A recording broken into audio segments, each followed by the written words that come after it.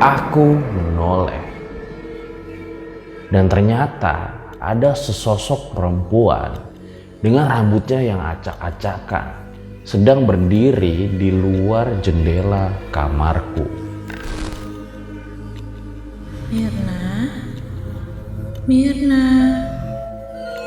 Iya, sosok tersebut ternyata juga memanggil namaku.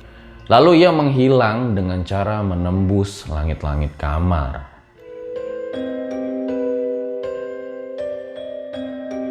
Mirna,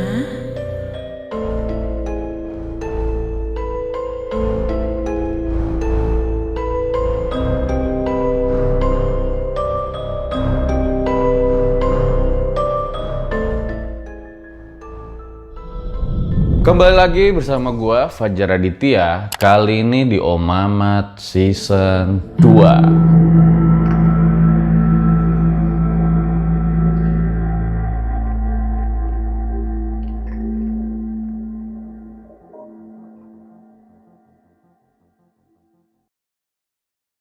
Terima kasih buat kalian yang udah klik video ini. So, gua akan menemani kalian di hari Minggu sore ini. Jadi ini adalah episode lanjutan dari video part 1 tentang catatan kelam Mirna. Buat kalian yang belum nonton video part 1-nya, gue sarankan tonton dulu agar dapat mengerti jalan cerita pada video kali ini. Kemudian buat kalian yang punya cerita horor nyata dan ingin menceritakannya di RJ5, bisa banget kirim ke email kita maupun DM Instagram kita. Ataupun misal kalian punya tweet Twitter, tweet Facebook, atau di Instagram maupun yang lainnya lah, dan ingin dibacakan oleh RJ5, bisa banget kasih tahu kita, itu tadi lewat email ataupun lewat Instagram. Gue tunggu cerita-cerita dari kalian. So, gue rasa langsung saja berikut adalah ceritanya.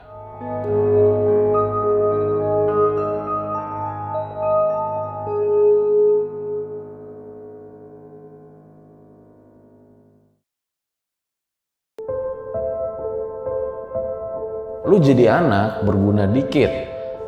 Goblok, sama gitu aja takut. Umur udah 19 tahun. Malu. Mbak dari mana? Dia kan udah meninggal 3 hari yang lalu, tahu nggak sih?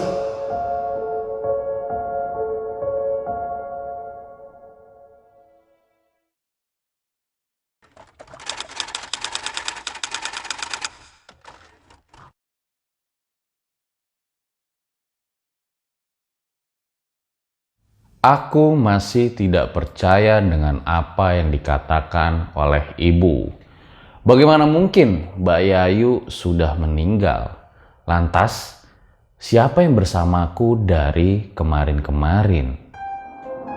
Tapi Bu, pas kemarin aku bangun, aku lihat ada Bibi lagi beres-beres rumah. Dia lagi nyuci baju sama nyapu, Bu. Tidak pakai ngomong banyak, ibu langsung menarikku menuju ke belakang. Dan apa yang aku lihat pada saat itu adalah hal yang tidak sama sekali aku percaya. Baju kotor menumpuk beserta dengan piring kotor. Lantai pun tampak terlihat kotor. Aku berani bersumpah kalau kemarin itu aku melihat semuanya rapi. Tidak ada baju dan piring yang kotor. Aku mencoba menjelaskan hal tersebut kepada ibu, tapi ibu tidak percaya sama sekali. Aku di posisi yang serba salah pada saat itu, di mana aku menjelaskan tapi kondisinya tidak sesuai dengan penjelasanku. Aku hanya bisa diam, sambil sedikit gemetar dan merinding. Siapa yang aku ajak bicara 3 hari kemarin?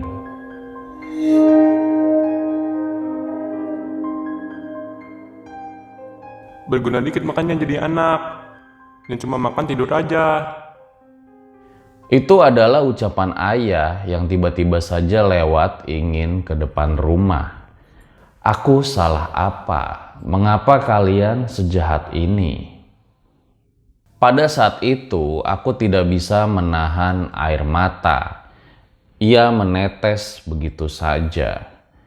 Udah gede, jangan nangis. Harusnya mikir, ucap ibu. Di dalam diam ini, aku berharap agar mereka segera pergi ke kantor. Hati ini terlalu sakit dibuatnya. Aku duduk, tatapanku kosong entah kemana. Entah pada saat itu pikiranku memikirkan apa. Tak terasa ayah dan ibu sudah berangkat kerja. Lagi-lagi aku sendiri. Namun sepertinya ada perasaan lega.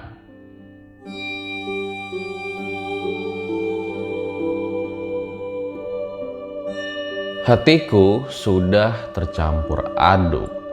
Ada rasa takut, sakit, dan perih yang menjadi satu. Ada sisi yang menakuti, ada juga sisi yang menyakiti. Aku hanya manusia biasa yang punya perasaan dan bisa merasakan. Malam pun tiba dan ada beberapa gangguan yang aku alami.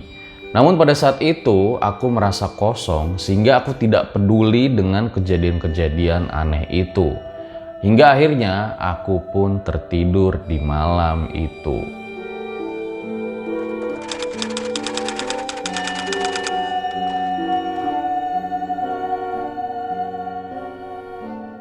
Hari ini kondisiku mulai membaik.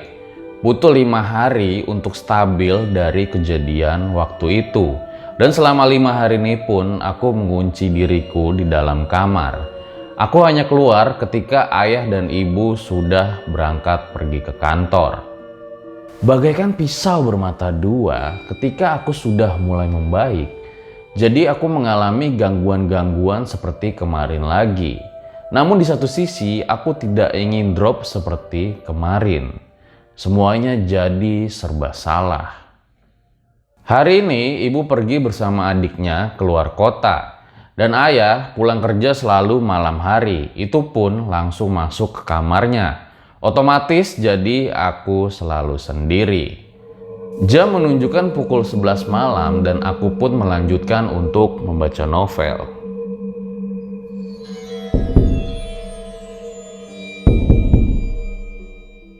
Tiba-tiba saja ada yang menggedor pintu kamarku. Aku kagetnya bukan main dan langsung menuju ke pintu tersebut.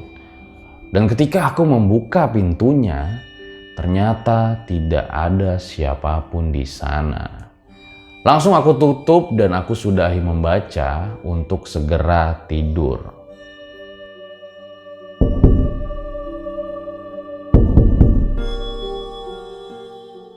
Lagi-lagi ada yang menggedor pintu kamarku.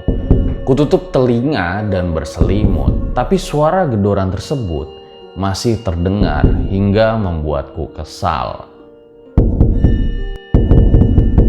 Diam! Di sisi lain ternyata ayah terbangun karena suara teriakanku. Mirna, bisa diam nggak? Ayah capek, mau istirahat. Jangan teriak-teriak.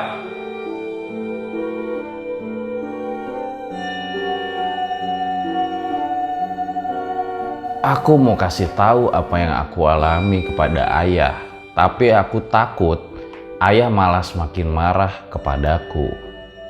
Aku hanya bisa diam menangis sendirian di kamar, tanpa ada yang mengetahui dan tanpa ada yang menemani. Seakan-akan kejadian malam ini belum usai juga. Tiba-tiba saja ada suara tertawa wanita dari arah luar jendela kamarku.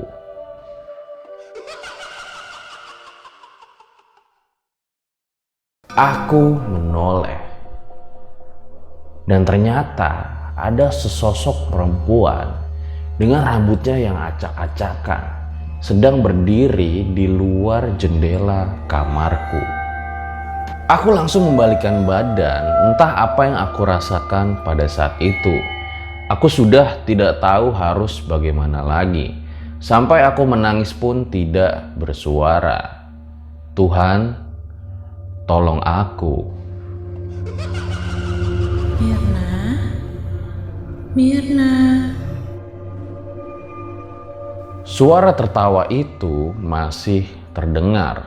Dan nampaknya kali ini diiringi juga dengan suara seseorang yang memanggil namaku. Mirna. Aku benar-benar tidak kuat saat itu dan merasa seperti sesak nafas. Hingga akhirnya sepertinya aku kembali pingsan.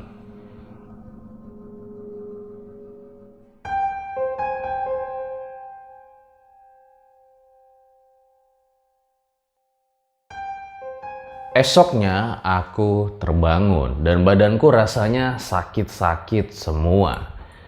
Tampaknya aku pun juga sepertinya sedang sakit. Namun aku harus beres-beres rumah dan membuat makanan. Ya, semua itu kulakukan sendiri. Setelah semuanya beres, aku kembali ke kamar. Dan tahukah kalian apa yang aku temukan? Boneka yang kemarin aku taruh di ruang tamu sekarang berada di atas kasurku. Bagaimana bisa boneka ini pindah sendiri? Tatapanku hanya tertuju kepada boneka tersebut. Dalam keadaan lemas, aku ambil boneka tersebut dan aku buang ke tempat sampah yang ada di depan rumah. Lalu aku kembali ke kamar dan rebahan hingga akhirnya aku tertidur.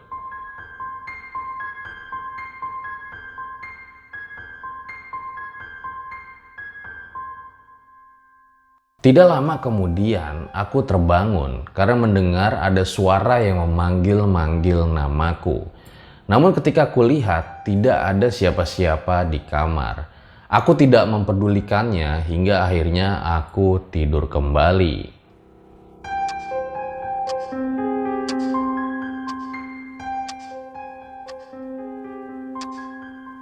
Aku bangun dan melihat jam menunjukkan pukul 6 sore. Entah kenapa saat itu rasanya ingin sholat besar sekali. Hingga aku memaksakan badan menuju kamar mandi untuk mengambil wudhu. Menuju kamar mandi harus melewati ruang TV. Otomatis kalau ada orang yang menonton atau duduk, pasti aku melihatnya. Iya, inilah yang aku alami saat menuju kamar mandi. Aku melihat sepertinya ada yang sedang duduk di sofa ruang TV. Posisinya membelakangi aku hingga tidak terlihat wajahnya. Itu bukan ayah ataupun ibu, karena dari belakang aku hafal kalau itu adalah mereka. Langkahku terhenti memperhatikan siapakah yang duduk di sofa tersebut. Niat ingin memanggil orang itu, tapi aku urungkan. Takut kalau itu adalah orang jahat ataupun orang yang mempunyai niat jahat terhadap rumah ini.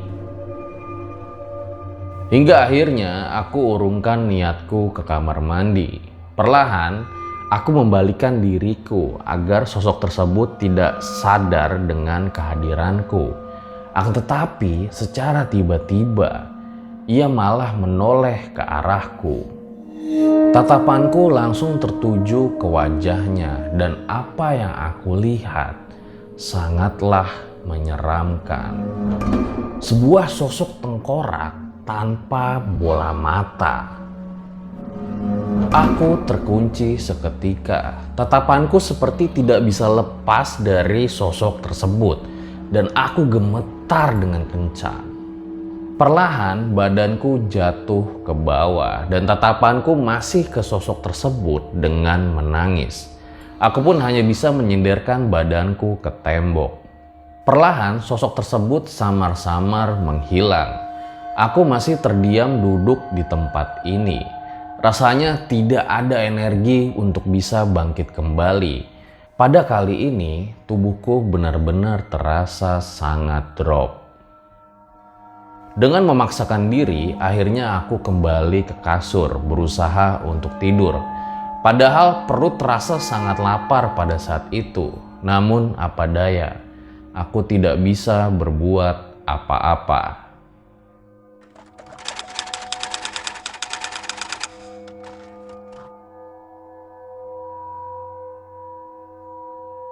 Sakitku makin menjadi. Sekarang badanku benar-benar terasa makin drop. Aku telepon ibu.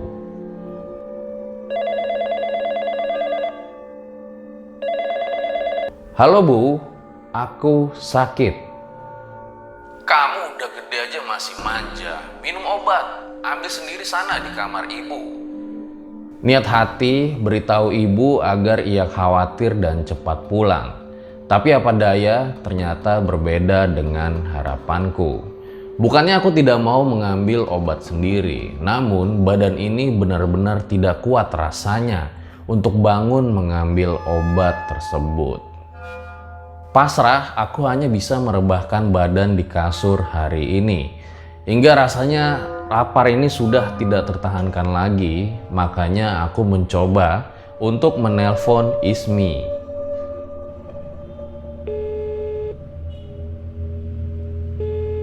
Halo Mi, kamu ada di mana? Halo? Di rumah, Mir? Kenapa? Kok suaramu lemes banget kedengarannya, Mir? Kamu gak apa-apa? Mendengar pernyataan dari Ismi, senang rasanya, seperti ada orang yang khawatir denganku. Kamu gak kemana-mana hari ini, Mi? Enggak, Mir. Aku nanya loh, kamu kenapa? Dari belakang telepon, aku mendengar suara laki-laki yang terus-terusan memanggil Ismi. Mungkin saja itu pacarnya dia. Yaudah nanti yang ke telepon ya. Gak apa-apa Mi, yaudah kamu lanjut aja ya. Loh, Mir? Mirna?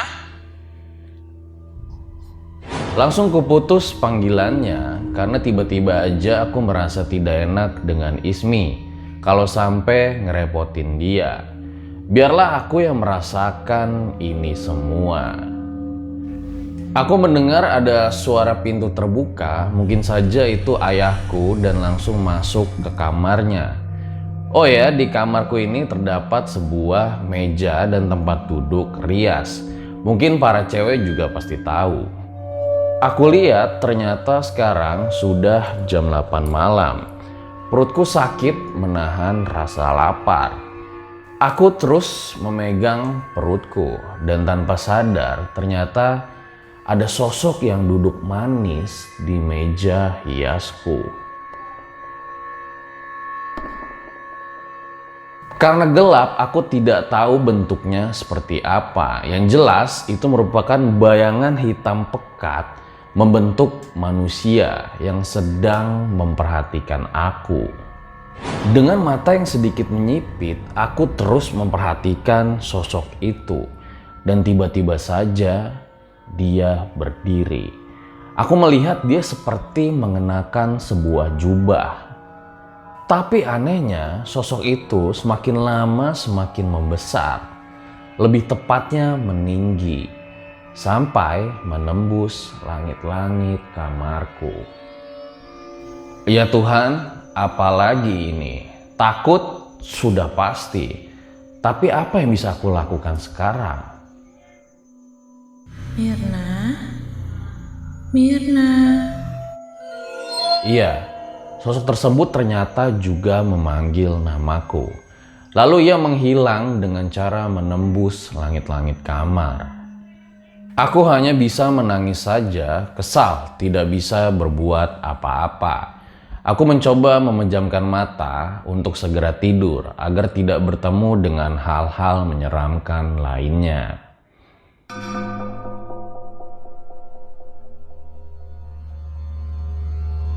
Aku merasa goyang. Apakah ini gempa? Tapi aku tidak mendengar sama sekali suara benda bunyi di sekitarku. Dan ketika aku membuka mata, ternyata ada sebuah sosok sedang menggoyangkan tempat tidurku. Dan ini benar-benar kencang sekali. Aku semakin takut. Tuhan, tolong aku. Lagi-lagi aku hanya bisa menangis sampai semua ini terhenti. Dan ketika goyangan tersebut berhenti, aku melihat ada sebuah sosok nenek-nenek bungkuk sedang berdiri di dalam kamarku.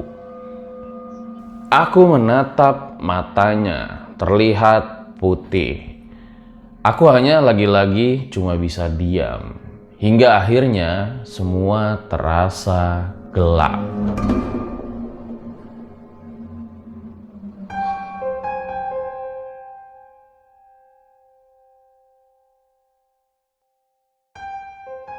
Gelap. Hampir setiap hari aku pingsan. Terbangun karena ada suara yang memanggilku. Aku kenal suara itu. Ismi! Badanku yang tadinya lemas tiba-tiba saja seperti mendapatkan kembali energi mengetahui ada Ismi di sini. Aku menangis sejadi-jadinya dan memeluk Ismi hingga akhirnya Ismi menegurku. Mir, muka kamu pucat banget, Mir. Sakit dari kapan kamu? Dari 3 hari lalu, Mi. By the way, Ismi tahu kondisi di rumahku. Tapi dia tidak tahu kondisiku saat ini. Ayah sama ibu kemana emangnya, Mir? Ibu lagi keluar kota, Mi. Ayah pulang malam terus karena rapat di kantornya. Udah makan? Minum obat? Saat aku jawab kalau aku belum makan dan belum minum obat dari kemarin, Ismi marah kepadaku. Dan ketika aku jelaskan alasannya, akhirnya ia dapat mengerti. Lalu ia segera menuju ke dapur untuk memasak makanan buatku. Tidak lama kemudian, Ismi datang membawakan telur goreng. Sembari makan, kita pun berbincang. Aku menanyakan kepada dia mengapa ia bisa datang ke sini. Ternyata Ismi khawatir dengan teleponku semalam yang tiba-tiba saja kuputus. Dan Ismi juga mendengar sepertinya suaraku agak lemas hingga membuatnya ia curiga. Senang rasanya Ismi dapat mengerti keadaanku saat ini. Panjang lebar aku berbicara dengan Ismi hingga aku terhentak dengan satu pertanyaannya. Mir, si Mbak tadi aku ajak ngobrol diem aja. Udah gitu datar banget mukanya, Mir. Kenapa ya? Aku pun langsung terdiam. Cukup kaget mendengar pertanyaan dari Ismi. Mungkin lagi sakit kali, Mi. Sedikit berbohong agar ia tidak mengetahui kejadian yang sebenarnya. Iya kali, Mir. Bete aja sih ngajak ngobrol tapi diem aja. Udah gitu kok kayak ada bau-bau busuk di belakang sana ya, Mir. Aku hanya bisa diam, tidak tahu harus menjawab apa.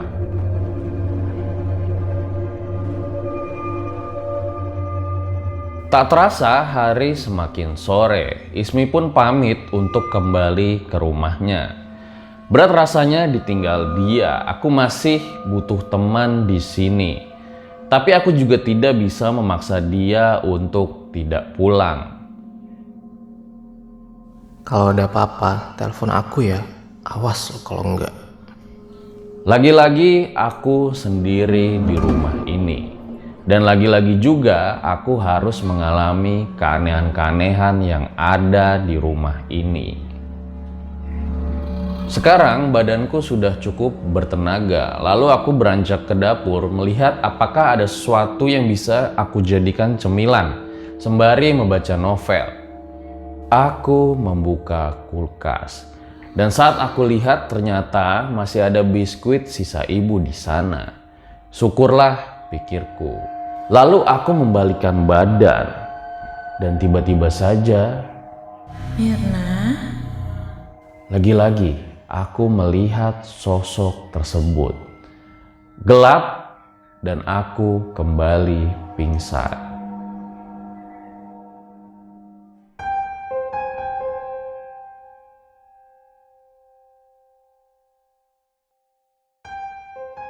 Ada saatnya aku selalu mengalami hal seperti ini. Mungkin aku terlalu takut dengan hal-hal yang menyeramkan, hingga akhirnya aku sangat mudah untuk pingsan. Saat aku membuka mata, ternyata aku sudah berada di kamar. Dan yang lebih mengherankannya lagi, sudah ada Ismi di sampingku dengan raut wajah yang sangat khawatir. Mirna, ya Tuhan, akhirnya kamu sadar. Kamu kenapa tidur di dapur, Mir?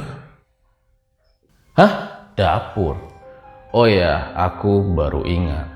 Ternyata kemarin aku pingsan karena aku melihat ada sosok si Mbak Yayu yang memanggil namaku.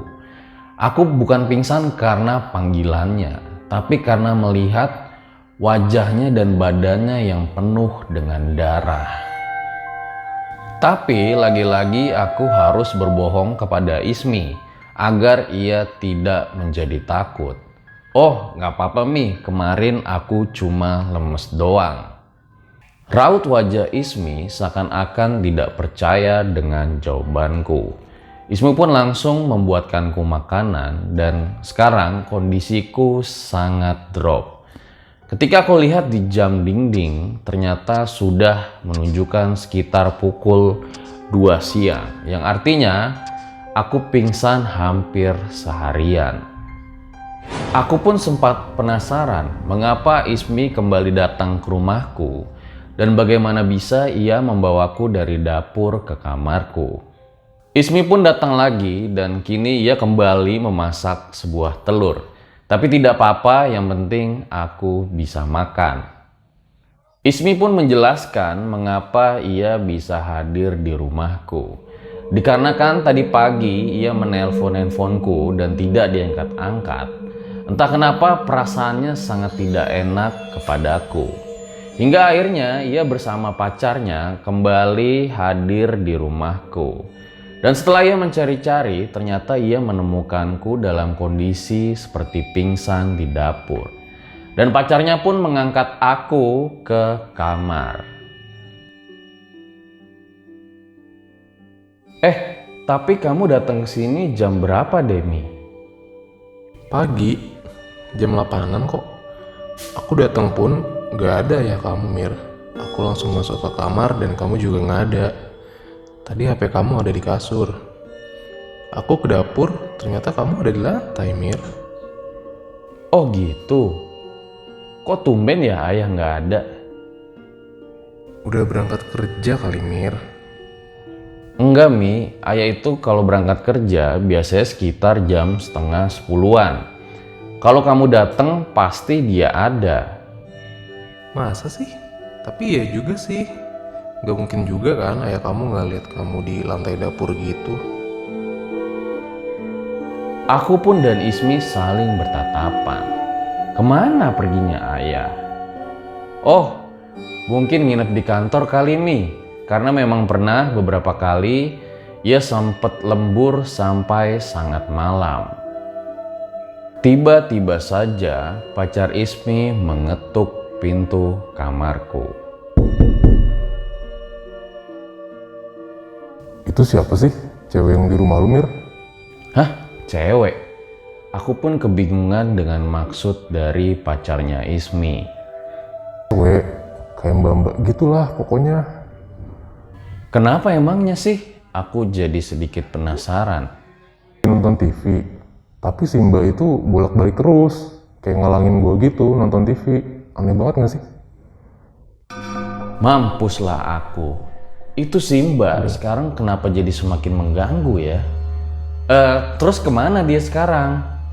Udah keluar, gak tahu kemana. Bukan Simba yang aku takutin sekarang. Yang aku takut adalah kalau Ismi dan pacarnya mengetahui kalau mbak tersebut sudah meninggal. Hingga akhirnya aku alihkan ke pembicaraan lainnya. Waktu memasuki sore hari, hingga akhirnya ibu kembali pulang.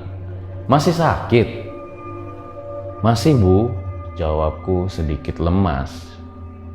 Neng, itu suruh loh temennya minum obat sendiri, jangan manja.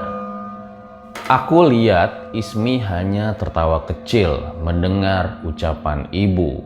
Mungkin ia bingung bagaimana bisa ibu berkata demikian kepadanya.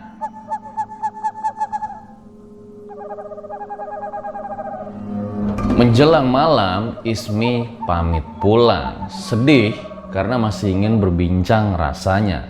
Tapi karena rumah Ismi yang jauh, aku pun tidak tega juga menahannya karena memang sudah semakin malam. Mi, nanti besok aku telepon ya, ucapnya sembari meninggalkan kamar. Setelah Ismi pergi, aku langsung meminum obat dan tidur agar esok bisa kembali sehat seperti biasa. Sekarang aku sudah tidak peduli dengan gangguan aneh di rumah ini lagi.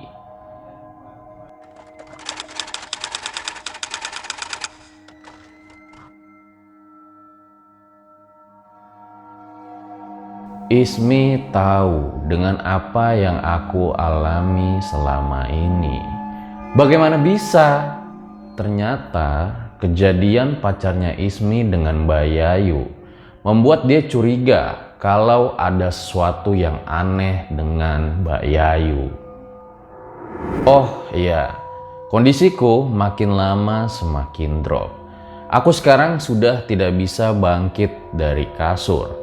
Ayah dan ibu juga tidak membawaku ke dokter karena memang sibuk dengan pekerjaan mereka.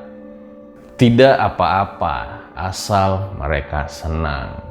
Dan hari ini Ismi beserta pacarnya ingin kembali ke rumahku karena kata mereka ada yang ingin dibicarakan.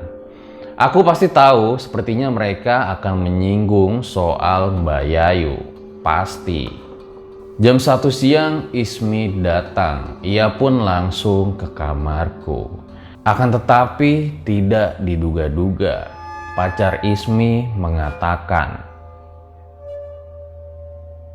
Ada sesuatu yang jahat ingin menghancurkan keluarga ini. Keluarga kamu, Mir. Aku pun terdiam, kebingungan mendengar perkataan dari pacar Ismi.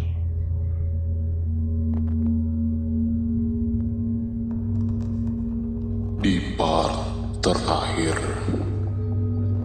Ada sosok sedang berdiri di sudut kamarku. Dan sosok ini ternyata berbeda dengan sebelumnya. Kedua bola matanya terlihat menyala berwarna merah. Dan kulitnya seperti bersisik. Dan lidahnya yang menjulur sampai ke lantai. Jadi ini adalah catatan terakhir dari Mirna. Karena setelah ini ia mengalami koma yang panjang.